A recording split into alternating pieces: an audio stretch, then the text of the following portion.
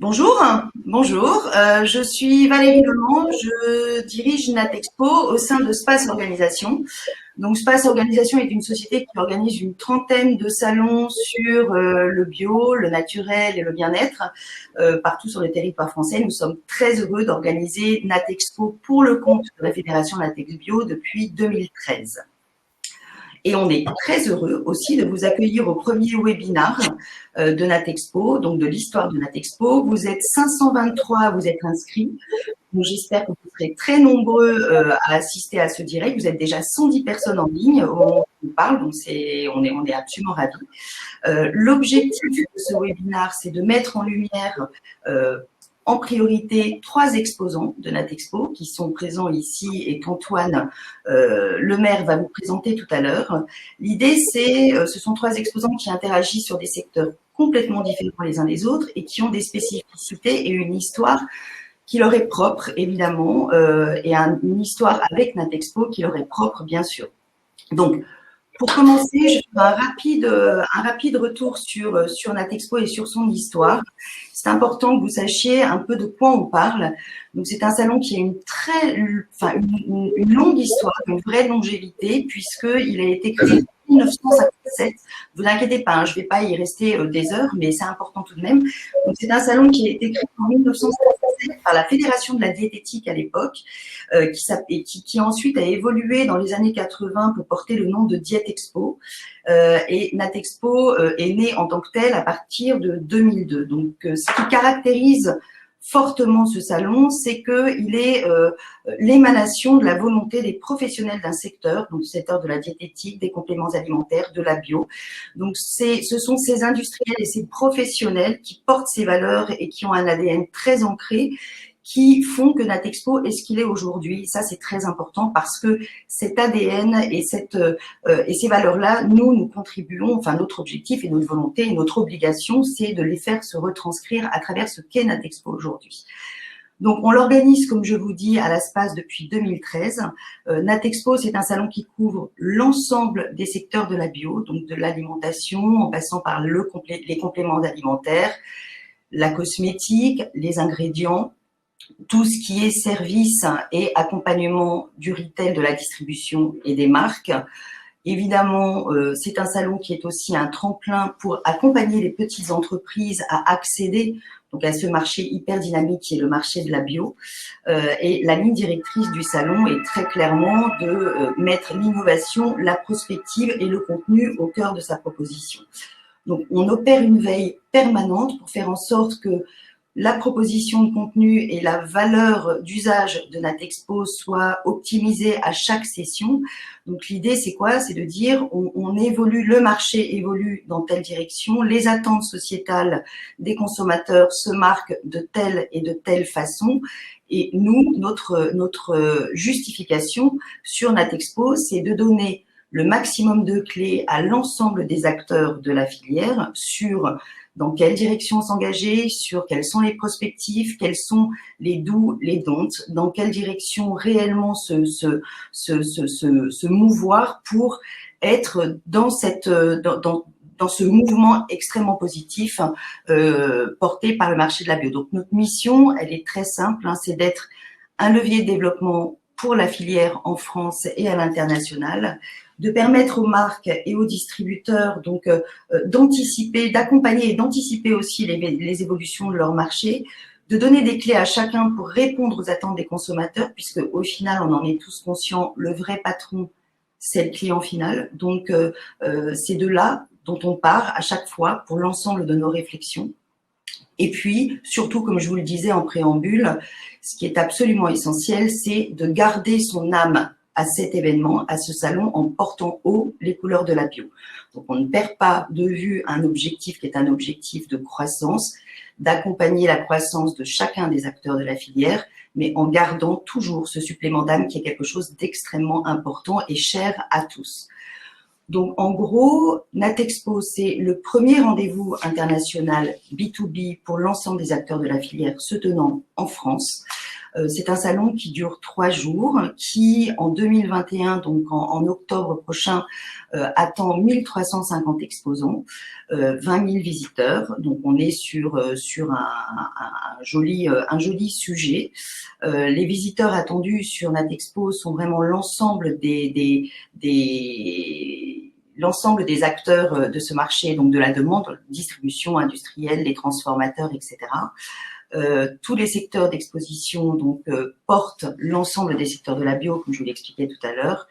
Nous mettons surtout, et ça c'est un marqueur très fort de ce qu'est Natexpo, le contenu au cœur de notre proposition, puisqu'au sein de chacun de ces secteurs sont positionnés des forums pris en main par des experts sur chacun de ces marchés, qui du coup sont là pour mettre en lumière les perspectives et les innovations qui sont arrivées l'année dernière et qui vont arriver sur le marché les années prochaines. Voilà, donc c'est une rampe de lancement, c'est un passage obligé pour toute société qui souhaite pénétrer ou se développer sur le marché français. Et c'est un salon qui est plutôt en pleine forme. Voilà, écoutez, je vais laisser la parole à Antoine, qui va présenter nos trois intervenants, après avoir fait une présentation de qui il est aussi rapidement. Voilà. Oui, merci à toi Valérie.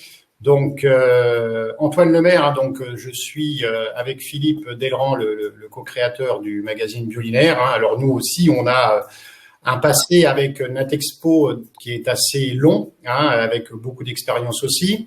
Alors, pour peut-être présenter rapidement Biolinaire, donc c'est beaucoup d'entre vous le connaissent parce qu'on est distribué massivement au niveau de Natexpo.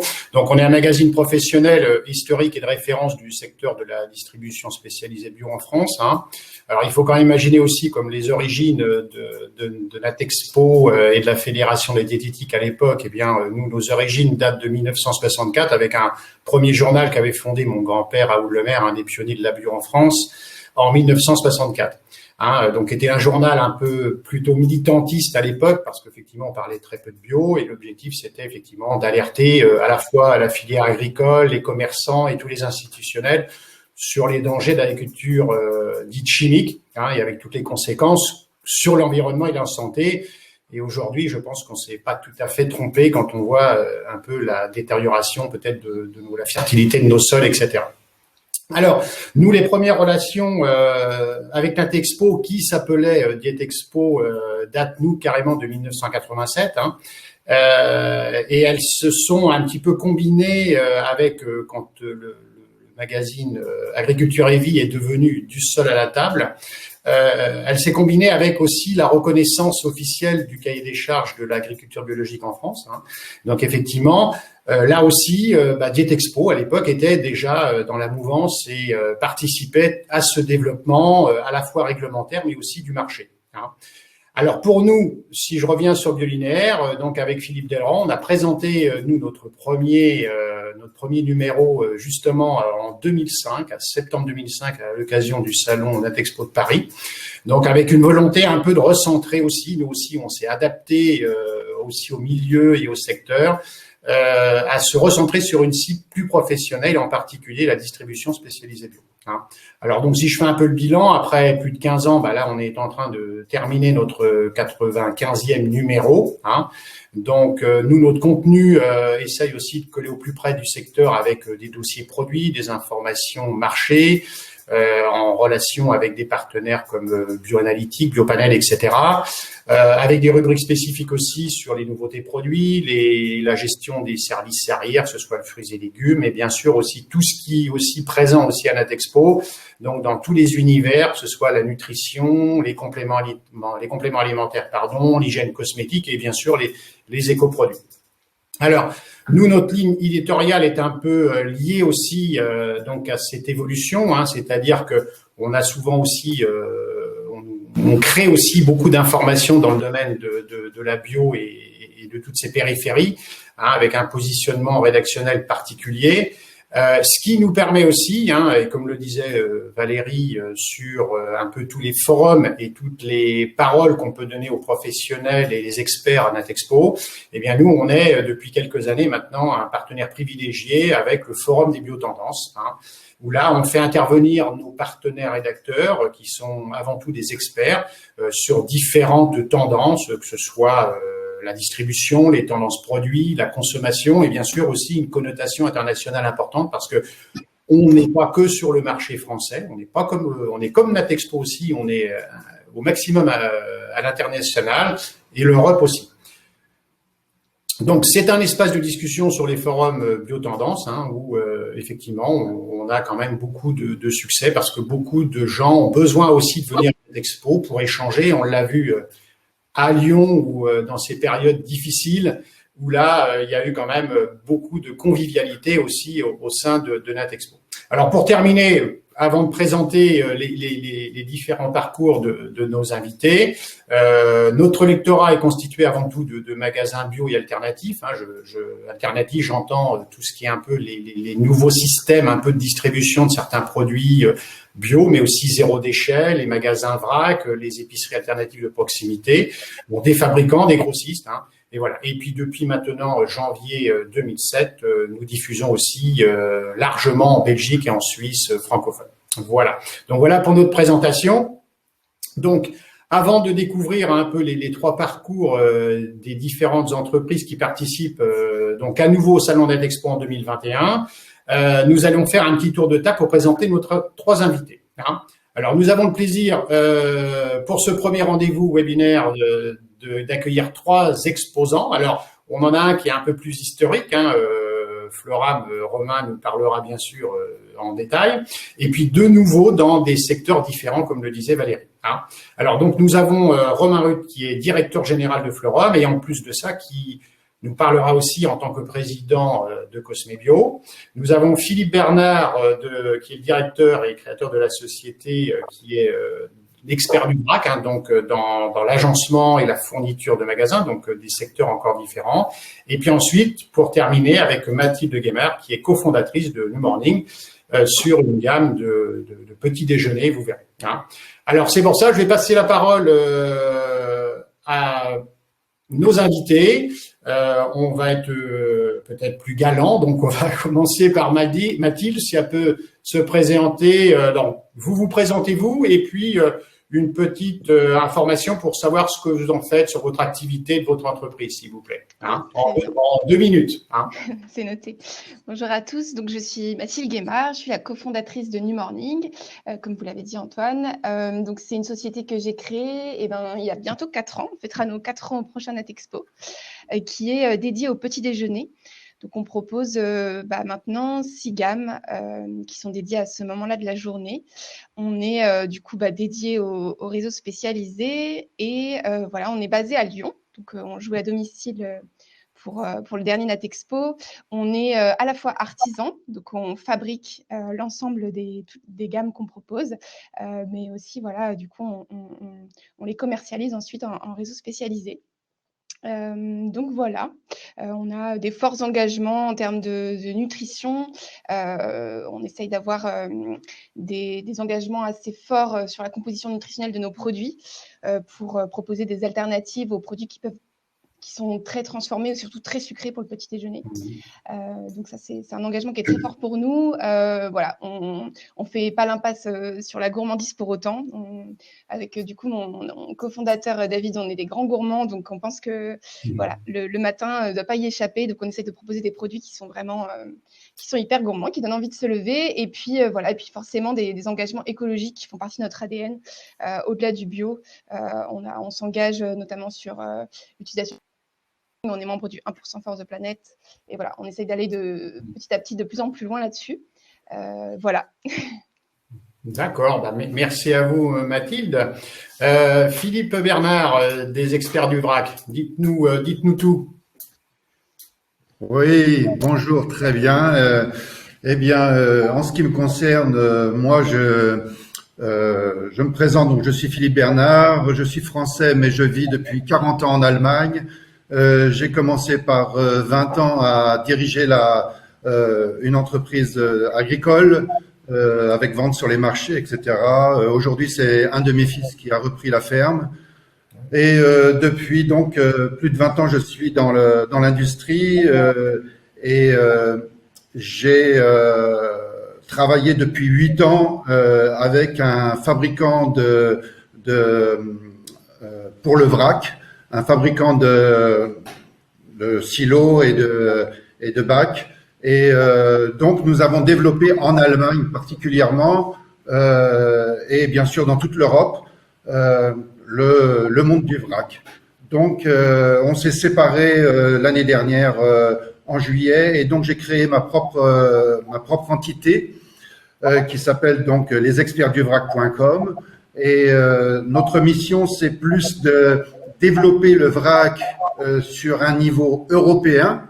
Donc, bien sûr, la France, qui est le pays phare du vrac, et l'Allemagne, qui est celui qui démarre derrière, mais aussi sur tous les autres pays, et aussi d'avoir une activité de lobbying, non seulement en vendant différents fournisseurs en tant qu'agenceur dans les magasins de vrac et la grande distribution, mais aussi d'avoir une action de lobbying au niveau politique, surtout au niveau de Bruxelles. On est en contact, on est membre du réseau vrac en France, qui est un des acteurs principaux sur le vrac en France, et le Unverpacktverband, qui est le pendant en Allemagne.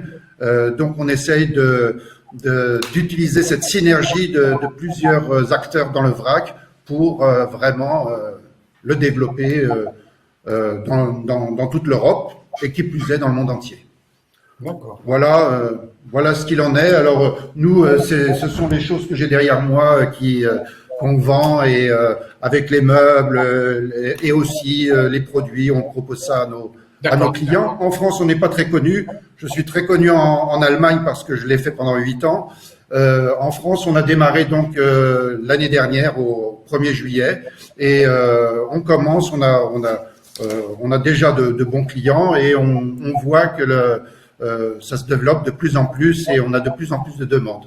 À peu près 4 demandes par semaine, à peu près. C'est à peu près la moyenne du développement de nouvelles entreprises qui veulent ouvrir des magasins de vrac en France. Mais merci à vous, Bernard. Effectivement, le vrac fait partie aujourd'hui des développements, et Valérie en reparlera, mais il y a des secteurs effectivement qui sont en grand développement aussi au niveau de Natexpo. Alors, pour terminer cette rapide présentation, Romain, je vous donne la parole.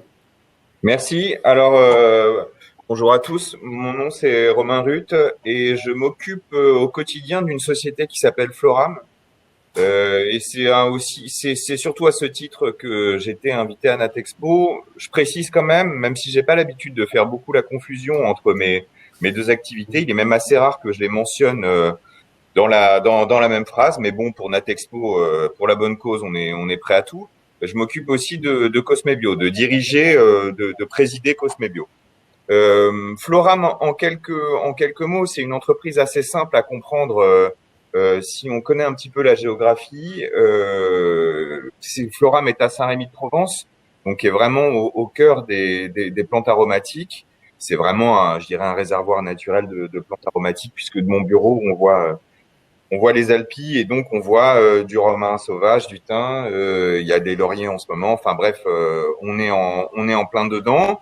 Et Floram, c'est une entreprise qui a une histoire assez ancienne, puisque en ce qui concerne la cosmétique biologique, elle est aussi vieille que le référentiel, puisqu'elle a participé à la création de son référentiel, le référentiel Cosmebio. Et en ce qui concerne l'agriculture biologique, elle est effectivement un petit peu plus ancienne aussi, puisqu'elle a plus de 30 ans. À l'époque, Floram était une entreprise qui faisait bien sûr de l'aromathérapie biologique, donc des huiles essentielles biologiques, son support nécessaire que sont les huiles végétales biologiques, les eaux florales aussi, et puis comme certains d'entre vous le savent, quand on mélange ces différents produits et qu'on rajoute parfois un petit peu d'alcool qui sort du même alambic, on obtient des parfums, des cosmétiques, des huiles de massage, autant de produits qui en fait, avant même le référentiel Cosmebio, en fait étaient déjà des produits 100% biologiques. Et ça, c'est un petit peu l'histoire de Floram. Alors j'aurai l'occasion certainement de discuter et peut-être de parler un peu plus longuement des raisons qui font que on a encore des choses à dire, c'est Floram, donc on a encore des choses à afficher, à exposer, et à mon avis encore des choses à montrer. Mais pour le reste, je pense que j'en ai déjà beaucoup dit.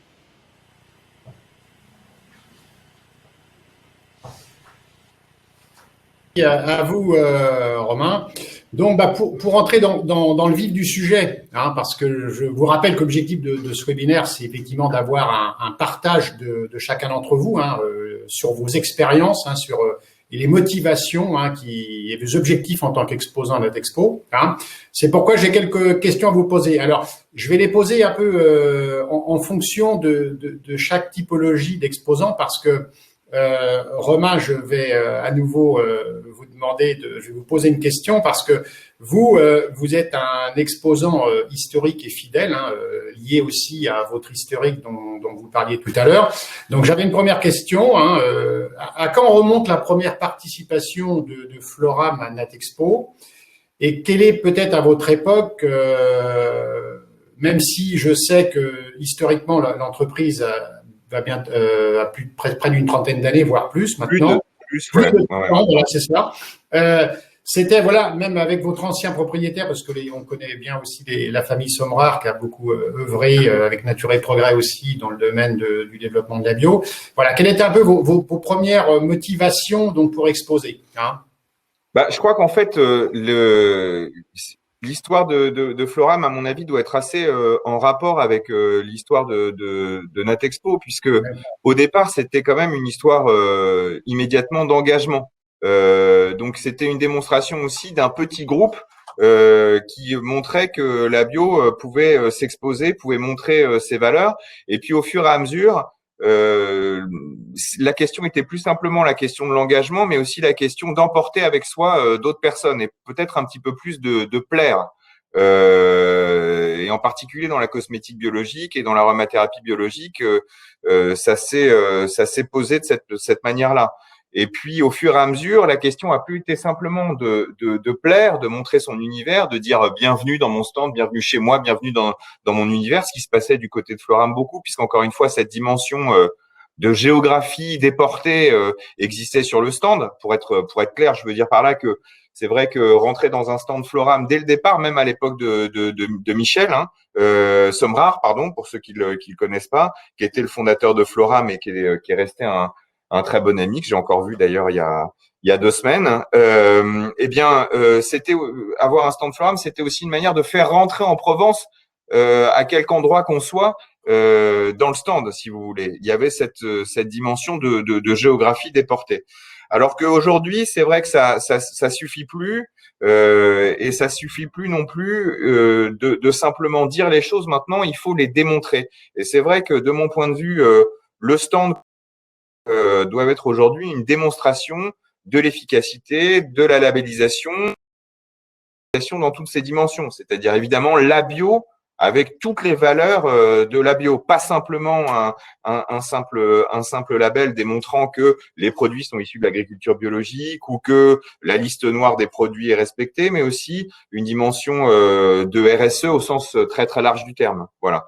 Alors après, la participation, pour être tout à fait honnête, la participation de Floram à Cosmebio, je crois que on a fait à Natexpo, je crois qu'on l'a fait depuis le départ, mais je peux pas le certifier. J'étais pas là à l'époque. En revanche, depuis que je dirige, c'est-à-dire que ça fait maintenant près de 12 ans.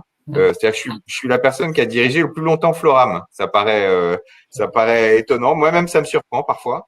Mais tout ça pour dire que oui, nous, en tout cas, depuis que je m'en occupe, on a toujours été à Natexpo et on a toujours eu des stands qui étaient relativement importants. Encore une fois, pour presque créer un voyage sur place. Voilà, c'est un petit peu ça la philosophie. Alors, Romain, je vous reposerai d'autres questions plus tard sur d'autres sujets liés à Natexpo. Là, je m'adresse donc à Philippe Bernard, donc de l'expert du vrac. Vous êtes venu pour la première fois en 2020, donc à Lyon. Exact. Vous êtes un nouvel exposant, donc je vous pose un peu la même question, mais avec peut-être un peu moins de recul que Floram. Quelles ont été, voilà, basiquement vos premières motivations et comment s'est passée votre première participation à Natexpo? Bon, pour nous, les experts du vrac, on est une jeune entreprise. J'ai 61 ans, mais je suis un jeune entrepreneur. La façon de communiquer avec nos clients et nos futurs clients, on a trois possibilités. D'une part, par le téléphone et par les emails, donc les clients qui nous contactent directement. D'autre part, sur notre page Internet, où nous avons une shop où les gens peuvent acheter directement. Mais une des raisons principales pour pouvoir contacter de futurs clients et pour expliquer ce qu'on fait, ce sont les expositions.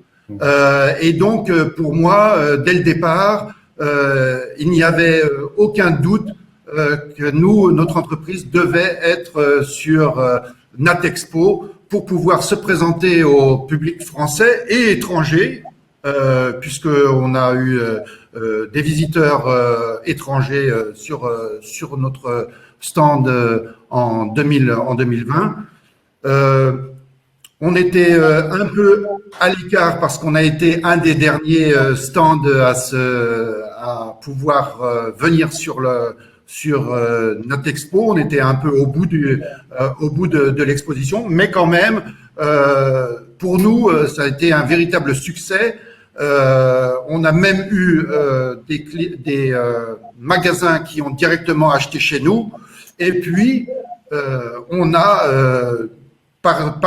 sur l'exposition aussi beaucoup de contacts avec les exposants qui ont besoin de nous en tant que fournisseurs de matériel et de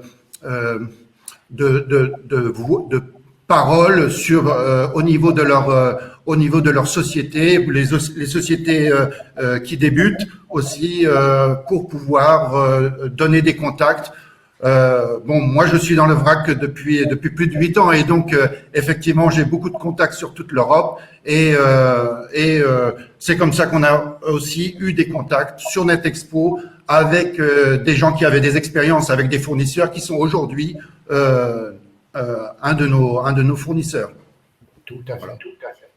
Merci à vous, Philippe. Alors, la même question. Alors, je voudrais peut-être avant à Valérie d'intervenir parce que pour Mathilde de la société New Morning, il y a une approche, une typologie différente d'exposants parce que effectivement, New Morning faisait partie de la pépinière des entreprises, donc un secteur particulier.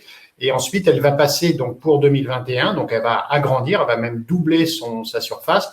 Donc peut-être que Valérie, tu pourrais nous donner une explication un peu les conditions et un peu ces spécificités de ces stands pour des petites entreprises au départ. Tout à fait. Je commence, pardon, mais est-ce que chacun d'entre vous pouvez bien penser à couper votre micro quand il n'a pas la parole parce que ça fait une sorte de larcène et c'est un petit peu difficile, je pense, pour les personnes qui assistent. Alors, comme je vous le disais tout à l'heure, l'objectif fondamental de Natexpo, et ça a été très bien repris par Romain, c'est vraiment de porter les acteurs de la bio et de cette filière et de les aider à grandir. Donc, dans cette logique-là, l'idée, bien sûr, c'est d'accueillir de gros exposants, des sociétés installées, de leur permettre d'être en contact avec l'ensemble des acteurs de la distribution et puis de vivre leur vie. Mais c'est aussi, et ça c'est également un des points forts du salon, et ça reflète aussi l'ADN de cette filière, c'est aussi de permettre à des petites entreprises, à des jeunes pousses, à des bébés, d'avoir accès à ce marché, de pouvoir, au même titre que les autres, avoir la chance d'être mis en contact avec les acheteurs, avec la distribution, avec des industriels avec lesquels ils vont pouvoir communiquer et travailler. Mais bien évidemment, ces sociétés-là n'ont pas forcément les mêmes budgets à investir sur un événement comme celui-ci. Donc, on a créé il y a plusieurs années une première offre qui s'appelle la pépinière, donc c'est sous forme et les villages. Donc, ce sont de petits espaces qui sont proposés à ces sociétés à condition de remplir des critères d'éligibilité, donc de taille d'entreprise, d'âge d'entreprise, etc. Ces sociétés-là bénéficient donc d'une présence sur le salon qui est extrêmement visible, avec un budget parfaitement adapté à leur structure et en tous les cas, ils bénéficient de l'ensemble des avantages dont les autres exposants bénéficient également en termes de promotion, de communication, d'actions de visibilité qui leur sont proposées, etc. Et d'ailleurs, j'en avais touché un mot au début de ma présentation, un des éléments phares et très marqueurs de Natexpo, c'est l'innovation. Donc l'innovation sur le salon, elle se retranscrit à travers plusieurs sujets, donc les trophées Natexpo qui sont des prix qui sont remis aux produits les plus innovants de l'année, la galerie des nouveautés sur laquelle les exposants exposent leurs produits qui sont leurs produits stars de l'année, mais aussi ces jeunes sociétés, ces startups, ces petites entreprises qui arrivent et qui présentent souvent des produits extrêmement innovants. Donc c'est pour ça que, comme ça fait partie du cœur de notre proposition, c'est super important qu'on puisse avoir ces villages qui sont très bien positionnés, qui sont en général extrêmement visités dès le départ par les acheteurs et par la distribution et même par leurs pairs qui vont jeter un œil pour voir ce dont ils retournent, etc. On a décidé cette année de lancer pour la première fois une nouvelle offre. Donc là, New Morning a plongé dedans, sans vouloir faire de jeu de mots. C'est une nouvelle offre qui s'appelle Le Grand Bain. Donc, comme le nom l'indique, c'est pour permettre à ces jeunes sociétés, à ces petites entreprises qui ont déjà eu un premier pied dans la Natexpo en exposant sur un des villages sur une petite surface de 3 mètres carrés, d'accéder à une surface plus importante, donc de 6 mètres carrés, avant de passer dans la cour des grands, donc dans le Grand Bain. Et du coup, c'est une proposition intermédiaire qui est parfaitement adaptée, qui offre un peu plus de visibilité sur place, mais qui, comme pour la pépinière ou pour les exposants classiques, bénéficie évidemment de l'ensemble des supports de promotion, de communication et de visibilité. Donc ça, c'est une offre qui remporte, elle est toute nouvelle, mais elle remporte un énorme succès. Donc on est super content parce que du coup, ça va mettre encore plus en lumière l'innovation portée par les uns et les autres sur tous ces sujets-là. Voilà, j'espère que j'ai répondu à ta question, Antoine. Par contre, là, Antoine, tu as oublié de remettre ton… Voilà, tout à fait. Je te remercie, Valérie. Oui, tout à fait. Ce qui est important, effectivement, c'est de donner la chance et l'opportunité à des startups, des petites entreprises. Donc, je pense que tu as bien expliqué le concept. Hein. Donc, je pose la question à Mathilde. Bon, comment vous s'est passée votre première expérience et qu'est-ce qui vous a un peu décidé donc à vous jeter dans le grand bain, si je peux dire? Oui, comme l'a dit Valérie, du coup, c'est vrai que nous, on était un petit peu des bébés pour cette première participation en 2020. Du coup, on avait pas mal d'objectifs, forcément, et très différents, je pense, de ceux de Floram, parce que nous, notre premier objectif, c'était de la notoriété. C'est vraiment de montrer qu'on existe, qu'on est là.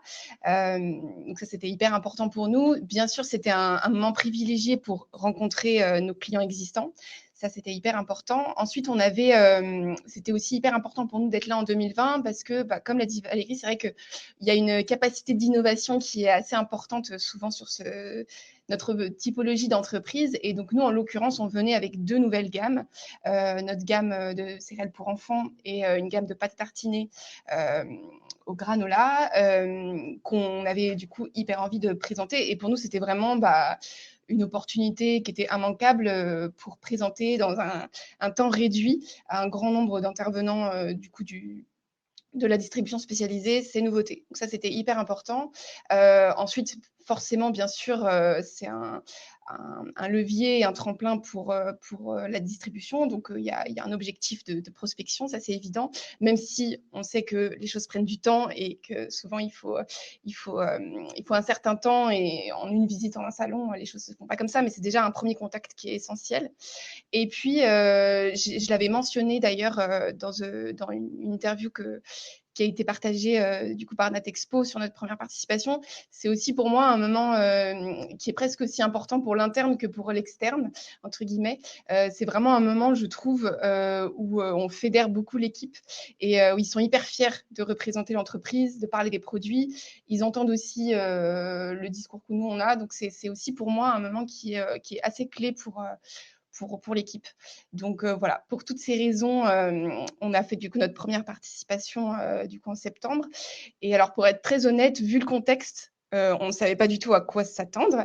On avait même du coup quelques craintes parce que voilà, on s'est dit zut, comme tout le monde, forcément ça tombe mal, mais nous c'est notre première participation, on a beaucoup d'enjeux, on veut montrer nos nouveautés, etc.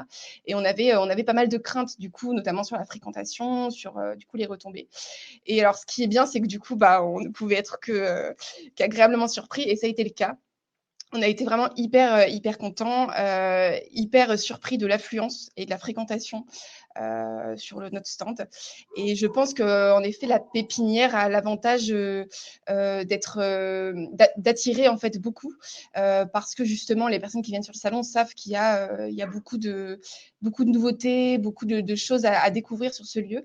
Donc, bon, du coup, j'ai pas de comparaison avec le reste du salon, mais c'est vrai que j'ai vraiment eu le sentiment que c'était un endroit qui était voilà, vraiment pleine émulation et très dynamique. Donc, on a beaucoup profité du coup de cette disposition à la pépinière. Et donc, voilà, donc en 2021, le grand bain. Donc, par contre, je ne savais pas que c'était une offre qui était nouvelle. J'ai appris quelque chose. Je pensais qu'elle existait déjà. Mais c'est vrai que compte tenu de ce qui est proposé dans cette offre, soit d'un point de vue du coup de disposition et même proposition tarifaire, c'était quelque chose qui pour nous était hyper intéressant. Et donc, on est ravis de doubler notre taille de stand. On a hâte de ça. Et donc, voilà, on est très contents de cette nouvelle offre qui est en effet très intéressante. Et dernière petite chose, je confirme aussi vraiment la volonté, je trouve, du salon de mettre en avant ces plus petits acteurs nouveaux. On a eu beaucoup de mises en avant et de mentions dans des articles ou des posts ou des mises en avant souvent du salon. Et du coup, je trouve ça très agréable parce qu'on a beau être assez nombreux, on est quand même beaucoup d'exposants. Et je trouve qu'il y a une vraie volonté vraiment de donner de la visibilité à chacun. Voilà, peu importe la taille de notre stand. Et voilà. Et ça, c'était vraiment voilà, hyper agréable et c'était un vrai tremplin du coup pour New Morning. Mais merci beaucoup, Mathilde. Effectivement, ça montre aussi la capacité de résilience, j'allais dire, de la filière tout entière, bio, et puis tout ce qui tourne autour de cette filière. Alors, je voulais aborder un autre thème. Donc, je vais poser une nouvelle question à Romain. On voit qu'au fil des éditions, Natexpo, donc c'est adapté à l'évolution et aux tendances du marché et accueille désormais tous les canaux de distribution, que ce soit des magasins bio, que ce soit des pharmaciens, que ce soit la grande distribution, la restauration commerciale, la restauration domicile, enfin tous des fournisseurs d'ingrédients. C'est vrai que au fil du temps, on a vu de nombreux secteurs arriver. Vous, Romain, en tant qu'exposant historique, comment vous vous êtes un peu adapté à ce nouveau visitorat? On parlait tout à l'heure du stand, par exemple. Est-ce que vous avez dû agrandir votre surface de stand, mobiliser une force de vente? Comment vous avez évolué avec ce nouveau visitorat? Alors, pour être tout à fait clair, pour nous qui sommes quand même une qui est pas rattachée. Quand je dis familiale, c'est 100% familial, c'est-à-dire qu'il n'y a pas de banque, il y a pas d'autres soutiens. On est obligé de faire des choix. On n'est pas du tout rattaché à un grand groupe, comme ça a été le cas pour pas mal de marques finalement historiques de la cosmétique biologique. Et en fait, précisément, Natexpo, disons que le physique de manière générale, la volonté d'avoir du lien physique, alors c'est un peu maintenant qu'on s'aperçoit de l'importance que ça a, qu'on est tous à distance et qu'on est tous masqués. Mais dès le départ, du côté de Floram, on a eu cette volonté de créer un lien physique et de faire, d'avoir une place importante et d'accorder une place importante, y compris budgétairement, à cette manifestation. D'ailleurs, je suppose que c'est une des raisons pour lesquelles on me demande de prendre la parole aujourd'hui, parce que c'est vrai que parfois, à l'échelle de Floram, qui est une marque qui compte un petit peu maintenant, mais qui était en tout cas pas une marque leader il y a quelques années. Eh bien, ça a été, disons qu'on avait l'impression, eu égard à l'investissement qui était fait dans le stand, que la marque était peut-être un peu plus grosse qu'elle ne l'était en réalité. Et ça faisait partie en fait des stratégies. Ça faisait partie aussi des stratégies pour parler physiquement avec des chaînes qui nous avaient pas forcément référencés à l'époque. Très concrètement, aujourd'hui, quand on parle d'adaptation, on est obligé de s'adapter parce que c'est vrai qu'on est suffisamment connu pour ne pas se dire ah bah tiens, quelqu'un qui nous aurait oublié va enfin franchir le pas de distribuer Floram dans la bio spécialisée, parce que Floram est vraiment essentiellement présente dans la bio spécialisée. Donc c'est vrai qu'on c'est difficile maintenant, je pense, de nous oublier vraiment. Et donc l'adaptation, elle consiste à faire quoi? Elle consiste à se dire, voilà, c'est un rendez-vous qu'on considère et qu'on a toujours considéré comme incontournable. Ça nous permet de parler aussi dans un cadre un petit peu plus informel avec un certain nombre d'interlocuteurs qu'on voit dans le cadre de négociations ou de mise en place d'opérations commerciales et tout ça. Donc c'est toujours un moment agréable. On n'a jamais fait appel à des forces de vente extériorisées. De manière générale, de toute façon, c'est pas trop notre philosophie. On est plutôt des internalisateurs que des personnes qui font appel à beaucoup de sous-traitance. Et donc, pour nous, c'est aussi une manière de réunir les commerciaux qui sont dans les parages en fonction de la zone. Hein. Évidemment, c'est pas les mêmes qu'on fait venir quand c'est à Paris que quand c'est à Lyon. Mais en fait, les gens qu'on voit sur notre stand et qui ont en général un chèche à la couleur du lancement de la gamme de l'année, eh bien, sont des commerciaux qui sont des commerciaux maison, quoi. Voilà. Donc, et pour tout vous dire, le stand, c'est dessiné aussi avec des matériaux de récupération et c'est dessiné à la maison par mois. Hein. Donc, on a un petit côté chez Floram où on essaye de montrer le meilleur de nous-mêmes et Natexpo est le lieu idéal pour montrer le meilleur de nous-mêmes, en tout cas. En tout cas, c'est comme ça qu'on l'a envisagé. D'ailleurs, on a un certain retard sur ce qui n'est pas de l'ordre du physique. On est moins bon sur le digital, je pense, qu'on l'a été sur le physique, dans les magasins et aussi dans le produit lui-même, quoi. Qu'on essaye de beaucoup mettre en avant, quoi. Parce que c'est très organoleptique notre histoire, finalement. Donc, je sais pas si j'ai répondu à 100% à votre question. Oui, alors si, en 2 mots, il y a quand même des pharmaciens qui viennent. Et nous, on a toujours été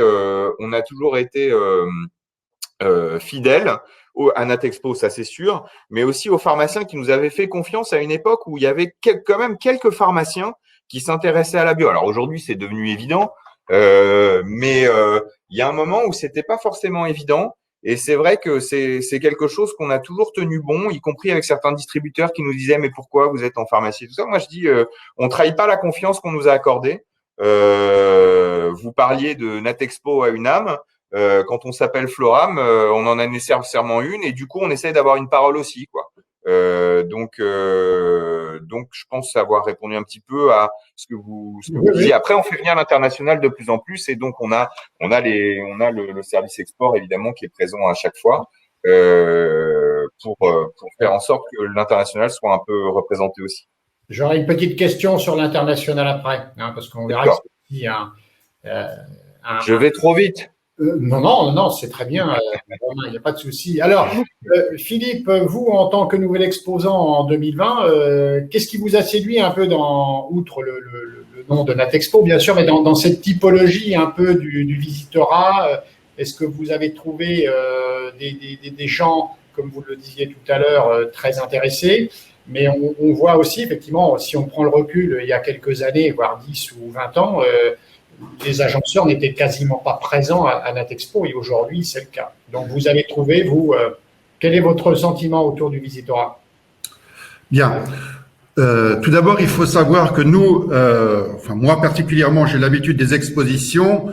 On fait à peu près 8 expositions par an. C'est le but dans notre entreprise et c'est ce que je faisais dans le passé. Donc, je connais beaucoup d'expositions. Ce qui m'a plu chez Natexpo, d'une part, c'est la communication. Dès le départ, nous on est arrivé un peu en retard, hein, et donc il a fallu communiquer dès le départ pour savoir si on pouvait avoir une place, si on pouvait être exposant, etc. Et communiquer qui on est. Et je dois avouer que je communique avec beaucoup d'expositions, que ce soit à Cologne, à Nuremberg ou à Bruxelles aussi, et donc en France. Et je dois avouer qu'avec Natexpo, ça a été très facile, très bonne communication, plusieurs emails, plusieurs coups de téléphone pour bien expliquer comment on serait, où on serait, etc. Ça m'a beaucoup plu. Maintenant, pour nous, il faut savoir, il faut pas se leurrer. une exposition telle que Natexpo est un engagement financier pour l'entreprise. Nous, en tant que nouvelle entreprise, ça a été vraiment un pas qu'on a fait, qui n'a pas été facile pour nous, mais qu'on a fait avec comme objectif justement de démarrer sur la France et de recevoir des contacts français. Pour nous, comme le disait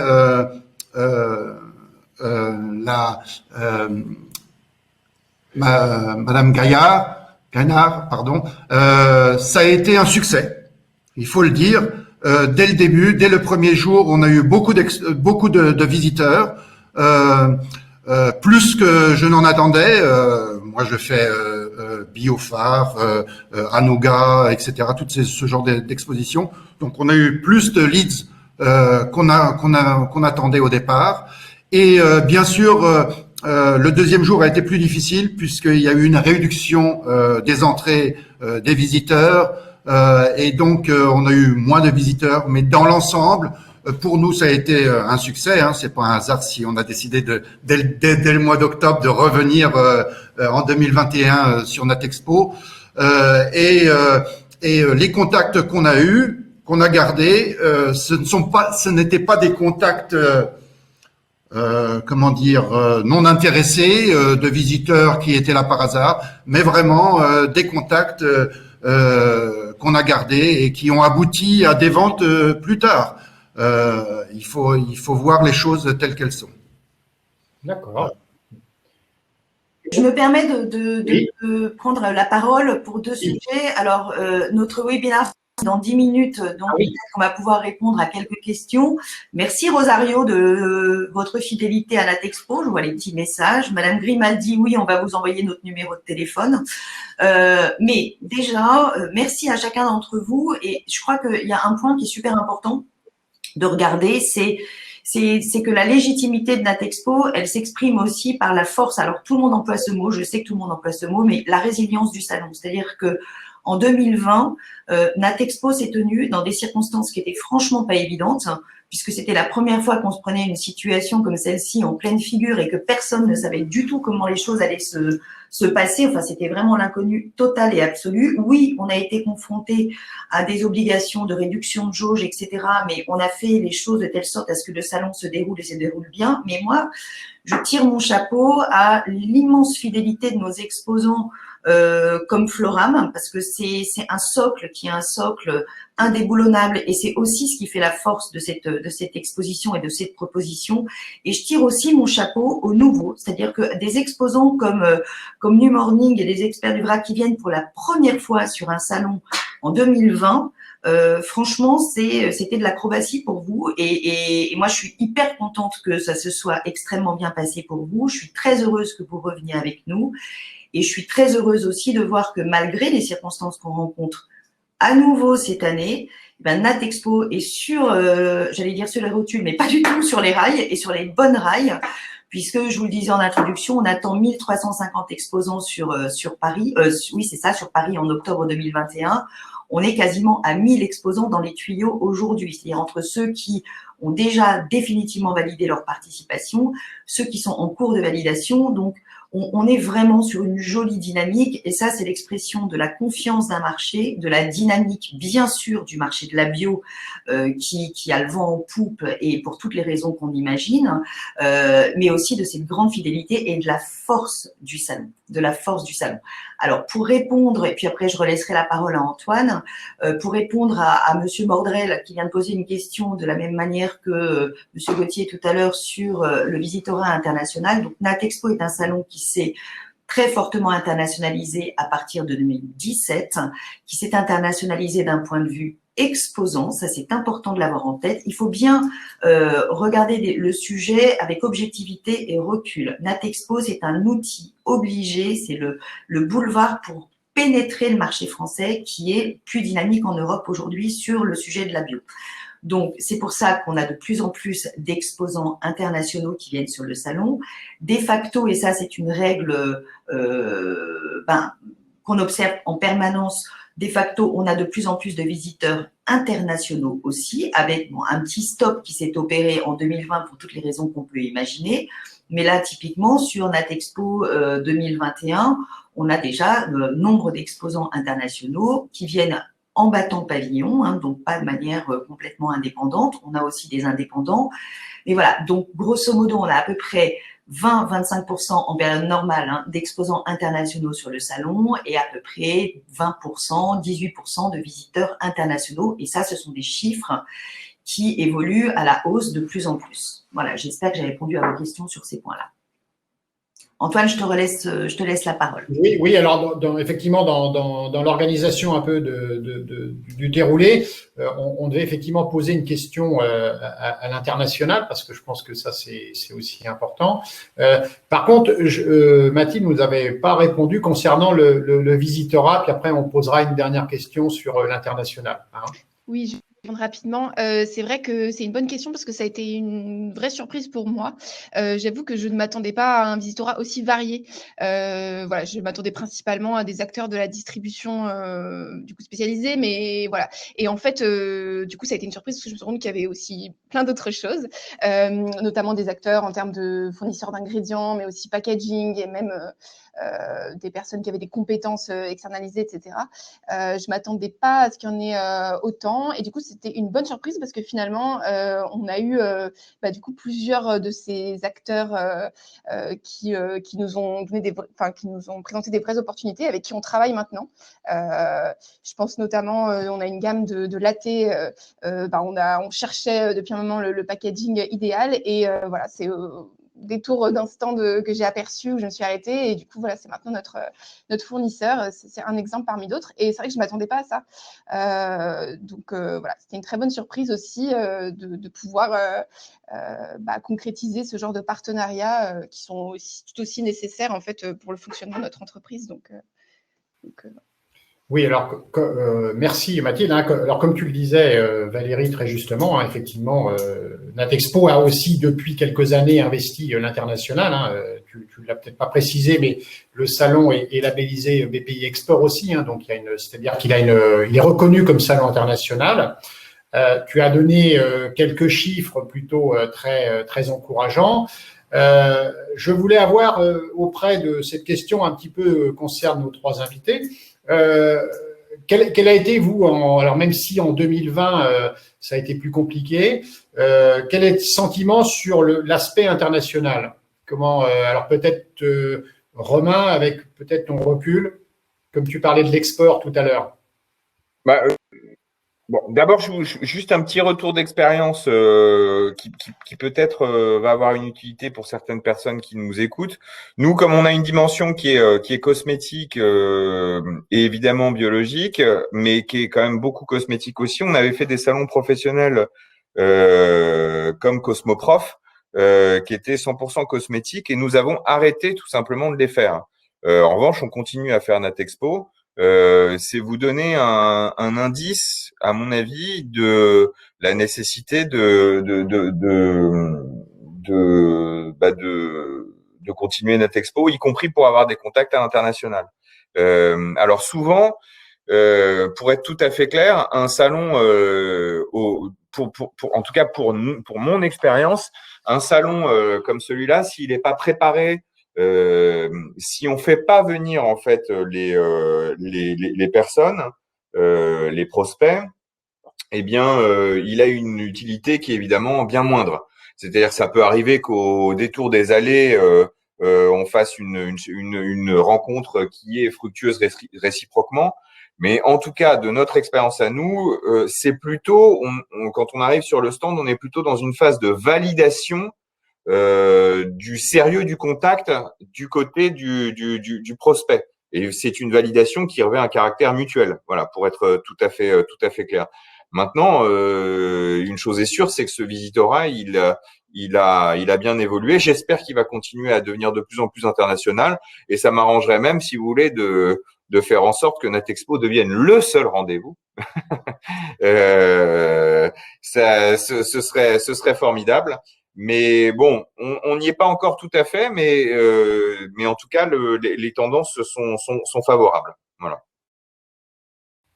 Alors, Philippe, je sais que vous avez, vous, comme vous le disiez, une grande expérience internationale. Donc, même si en 2020, ça a été un petit peu plus compliqué en raison des conditions sanitaires, voilà, quel est votre sentiment à vous sur l'international? Oui, pour nous, sur Natexpo, nous sommes une entreprise internationale puisque la maison mère est située en Allemagne. Même si c'est juste à côté de la frontière de la France, à 10 minutes, mais bon, on est quand même une entreprise internationale. Et pour nous, c'est important. C'est important de rencontrer des visiteurs internationaux. On en a eu. On a eu aussi des contacts avec des exposants allemands, ou du moins dont la maison mère est en Allemagne. Bien sûr, moi qui ai l'habitude d'être sur la Biophare aussi, la Biophare, il y a aussi une entreprise, une exposition internationale. Mon souhait est d'avoir plus de visiteurs espagnols, portugais, italiens sur Natexpo. Pour moi, c'est difficile de pouvoir comparer avec les autres expositions, puisque c'était notre premier stand, bien que j'étais venu déjà sur Natexpo déjà 2-3 fois dans les années précédentes en tant que visiteur. Mon souhait, ça c'est bien que Natexpo l'entende aujourd'hui, c'est qu'on puisse agrandir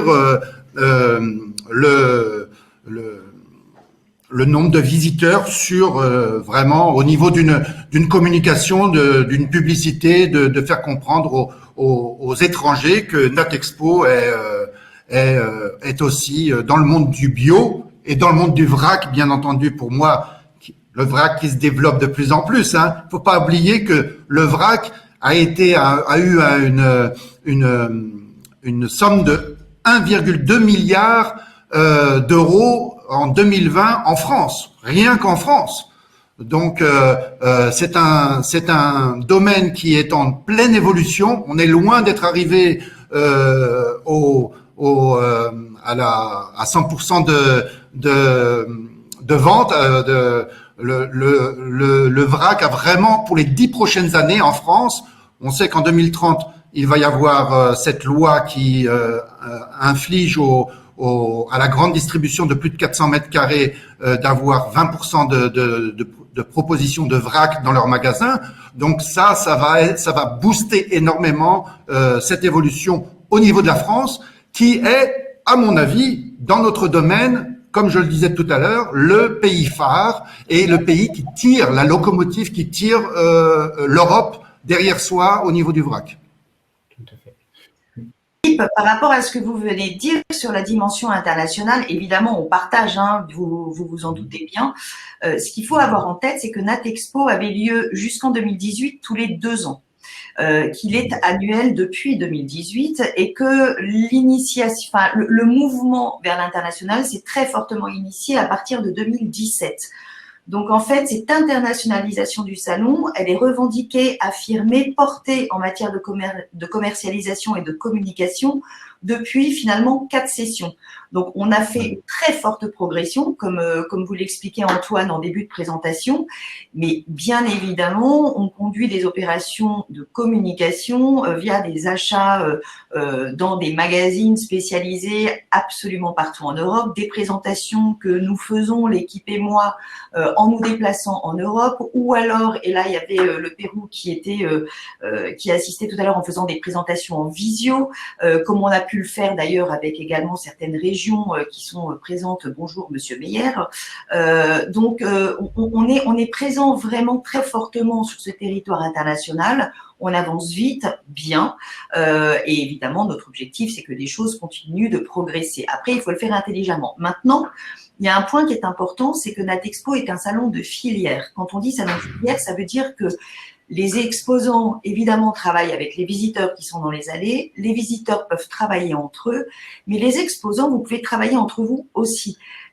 La raison pour laquelle je dis ça, c'est que typiquement, il y a des pavillons italiens, autrichiens, espagnols, de je ne sais pas quel pays, Pérou, etc., sur Natexpo, et que sur ces pavillons exposent des industriels, des fabricants qui peuvent avoir besoin de vos produits. Vous voyez, typiquement, Monsieur Bernard. Donc, ça veut dire que il faut aussi regarder un petit peu en recul quelle est l'offre fondamentale de Natexpo, et c'est la raison pour laquelle, en matière de communication, on approche aussi les exposants avant le salon en leur disant, voyez, voilà, certes, on fait venir des tas de visiteurs, etc. Et ça, c'est l'objet numéro 1, mais portez un regard sur le reste, c'est-à-dire sur le secteur retail, typiquement, donc qui est situé au cœur, là où vous êtes d'ailleurs, au cœur du salon, où il y a toute l'offre pour les magasins et pour les marques. Donc, ça va de l'emballage en passant par les systèmes de distribution vrac, etc., etc. Chaque marque exposante sur Natexpo, qu'elle soit en cosmétique, qu'elle soit en alimentation, en compléments alimentaires, peut être intéressée par une proposition faite par un exposant de ce secteur-là. Donc, le croisement est très important sur un salon de filière comme celui-ci. Et ensuite, en vous mettant en contact avec ces exposants internationaux, du coup, vous avez un véritable bénéfice supplémentaire à votre exposition au salon. Donc, on est vraiment sur un cercle complètement vertueux. D'accord, je suis tout à fait d'accord avec vous. Voilà. Je referme mon petit micro. Oui, alors je ne sais pas où on en est au niveau timing, Valérie. Il faut que tu rouvres ton micro. Il nous reste 10 minutes. Il nous reste 10 minutes, d'accord, ok. Alors, on n'avait pas posé la question à Mathilde sur le côté international. Est-ce que pour vous, c'est une opportunité aussi par rapport à votre développement? C'était pas l'objectif premier dans notre participation en 2020, déjà parce que nous, on a quand même encore du travail à faire pour vraiment augmenter notre présence sur le territoire français. Donc voilà, c'était pas l'objectif premier. Et puis on savait qu'avec le contexte, c'était pas non plus l'année idéale. Donc pareil, comme Philippe, c'est difficile pour moi de comparer avec les fréquentations des autres années, mais on a quand même eu des bons contacts internationaux. Donc voilà, c'était pareil, une bonne surprise. Mais voilà, pour nous, l'objectif premier et qui est largement rempli, c'est vraiment de favoriser les contacts et les échanges pour le territoire français. Merci à vous, Mathilde. Valérie, on avait prévu normalement quelques petites questions. Est-ce que tu as pu les recenser ou pas, ou tu as déjà commencé tout à l'heure ou pas? Alors, j'ai répondu à quelques-unes de ces questions, notamment sur la partie internationale. Oui. Attends, je regarde. Donc, on a quelques sociétés qui nous demandent de les contacter. Donc, c'est super. On sera ravis de vous avoir à nos côtés. Sur la distribution, sur les grands groupes de distribution, on a une question qui est posée par une personne nous demandant si ces gens-là ont leur place sur Natexpo. Évidemment, la distribution, les grands groupes de distribution, alors si on parle de la grande distribution, ce sont des visiteurs qui viennent en nombre sur un salon comme Natexpo.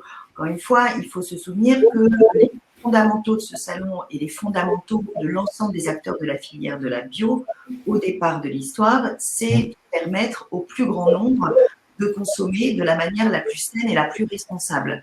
Donc, c'est normal que les choses s'ouvrent. Aujourd'hui, on est sur un mouvement ultra de où les produits bio, quels qu'ils soient, se retrouvent dans le circuit distribution spécialisé bio et en grande distribution. C'est un endroit où chacun a évidemment tout à fait légitimité à venir sourcer ce type de produits-là. Si vous parlez en tant qu'exposant, alors pour l'instant, les distributeurs qui sont sur un salon comme Natexpo sont les distributeurs spécialisés bio. Donc, on accueille cette année La Vie Claire, Naturalia, Biocop, et j'en oublie un, et c'est épouvantable. Non, je viens de dire. L'eau vive. Désolée pour celui que j'ai oublié, c'est épouvantable, c'est affreux, j'ai honte. Mais en fait, on a les 4 gros distributeurs spécialisés bio qui viennent sur Natexpo cette année. Eux viennent là pour faire leur rendez-vous fournisseurs, pour rencontrer leurs gros clients, pour rencontrer également les porteurs de projets qui ont des velléités d'ouvrir des points de vente spécialisés bio. Et là, on est sur une vraie dynamique sur le sujet. Donc, pour l'instant, on est sur la partie exposition plus sur ce profil-là. Mais sur la partie visiteur, on est totalement complètement ouvert à accueillir les acheteurs de la grande distribution qui viennent en nombre. C'était Biomonde, le 4e. Voilà. Voilà, tout à fait. Voilà. Tu as d'autres questions ou D'autres questions? Non, ce serait plutôt des points qui valident tout ce que nous nous sommes dit et tout ce que chacun de vous trois a dit, qui est qu'effectivement, Natexpo est un endroit qui est important, qui est essentiel.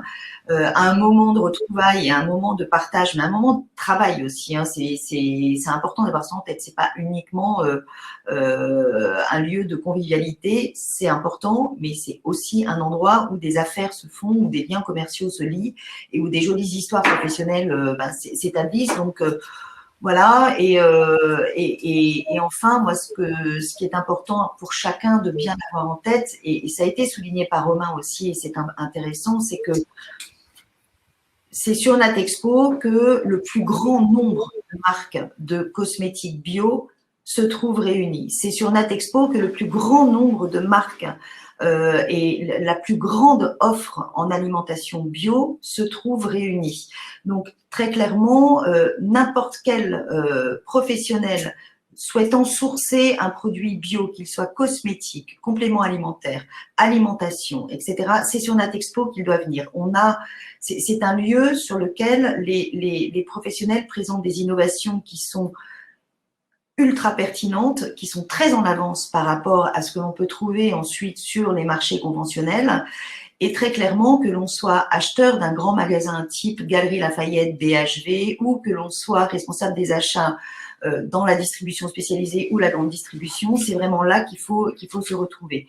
Aujourd'hui, et plus on en est, des magazines féminins se sont inscrits pour participer, pour assister à ce webinaire. C'est bien la preuve, et c'est ça qui est important, que le salon aujourd'hui est reconnu comme étant le point d'ancrage de toute cette offre-là et le point d'où tout part d'un point de vue tendance et d'un point de vue produit sur le marché de la bio. Voilà, donc en gros, là, il nous reste 5 minutes. Vous voyez, j'ai un petit post-it qui vient de m'être glissé. Donc, je vais peut-être te laisser conclure. Oui, alors, moi, c'était tout simplement conclure et avoir peut-être une petite dernière question pour que déjà remercier tous les intervenants et de savoir un petit peu la projection sur 2021. Quelle stratégie vous mettez-vous en place pour optimiser un peu votre visibilité à Natexpo? Comment est-ce que vous le voyez arriver, quoi? Donc, c'est une question très générale, un peu pour conclure. Commencer à répondre pour New Morning. Nous, du coup, on va avoir la chance de doubler notre surface grâce au grand bain. Donc voilà, l'objectif, ça va être de montrer qu'on est toujours là, que l'entreprise se développe très bien et qu'on a une offre très complète à présenter. Donc voilà, on a encore de toute façon beaucoup de choses à faire chez New Morning pour montrer notre présence. Donc voilà. Les objectifs qui restent ceux de 2020 et encore plus forts.